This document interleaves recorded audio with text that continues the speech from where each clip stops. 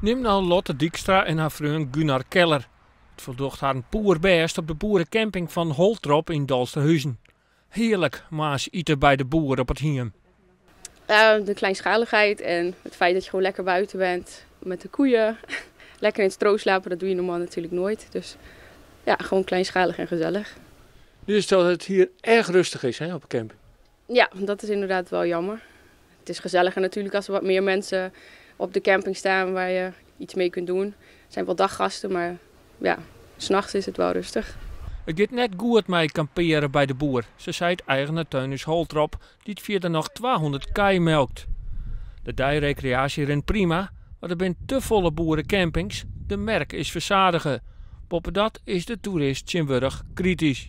En dan bedoel ik een doelgroep die graag naar de luxe behoeftes gaan en daar toch de minicampings oerlijk te gaan. En de behoefte die bestaat is steeds minder om een eigen tentje te zetten, om alles uit te verkeren, de romantiek van het kamperen.